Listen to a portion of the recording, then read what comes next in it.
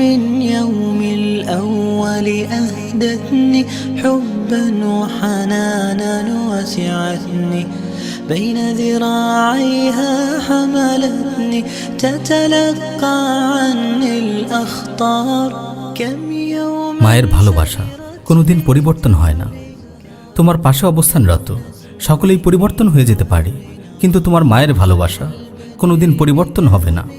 পৃথিবীতে সবাই তোমাকে দূরে ঠেলে দিতে পারে, কিন্তু তোমার মা কোনোদিন তোমাকে দূরে ঠেলে দেবে না।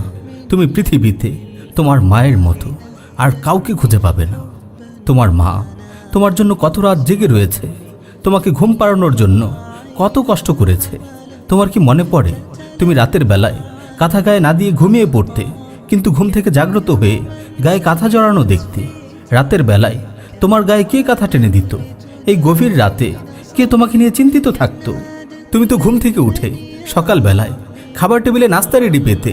তোমার নাস্তাগুলো কে তৈরি করত? বাহির থেকে এসে ময়লা জামা কাপড়গুলো খুলে রাখতে।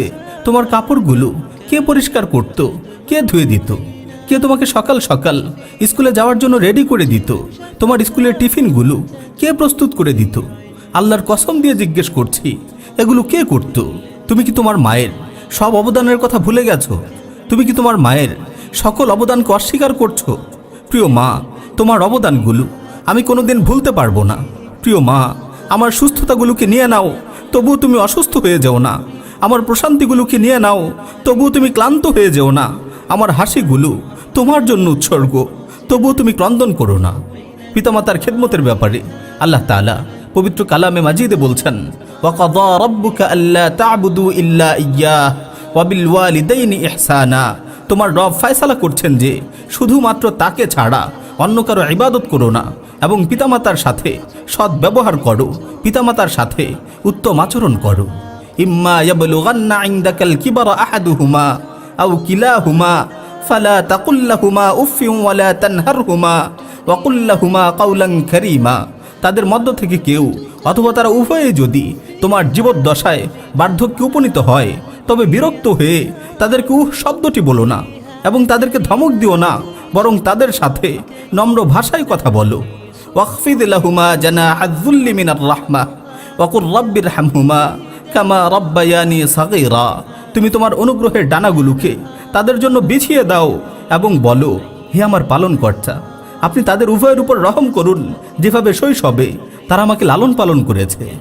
আফসোস, আজকের সন্তানেরা বাবা মায়ের সাথে খারাপ ব্যবহার করছে, তাদের সাথে অবাধ্যাচরণ করছে, বৃদ্ধ বাবা মায়ের প্রতি বিরক্তি প্রকাশ করছে, শেষ বয়সে বাবা মাকে কষ্ট দিচ্ছে। অথচ উচিত ছিল বাবা মায়ের খেদমত করা, উচিত ছিল কোনো কিছু চাওয়ার আগেই বাবা মায়ের চাহিদাগুলোকে পূর্ণ করা। আল্লাহর কসম করে বলছি, প্রত্যেকটা সন্তান সেদিন সবচেয়ে বেশি অনুতপ্ত হবে যেদিন তার বাবা অথবা মাকে কাঁধে করে নিয়ে কবরে রেখে আসবে।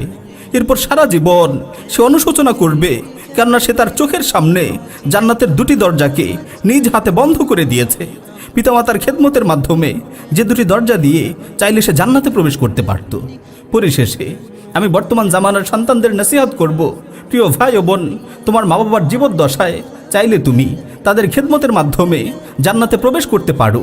ওই সকল হতভাগ লোকদের জিজ্ঞেস করো যারা তাদের পিতামাতাকে হারিয়েছে, যারা তাদের পিতামাতাকে অন্ধকার কবরে দাফন করে এসেছে। তাদের ঘরের বর্তমান অবস্থা সম্পর্কে জিজ্ঞেস করো।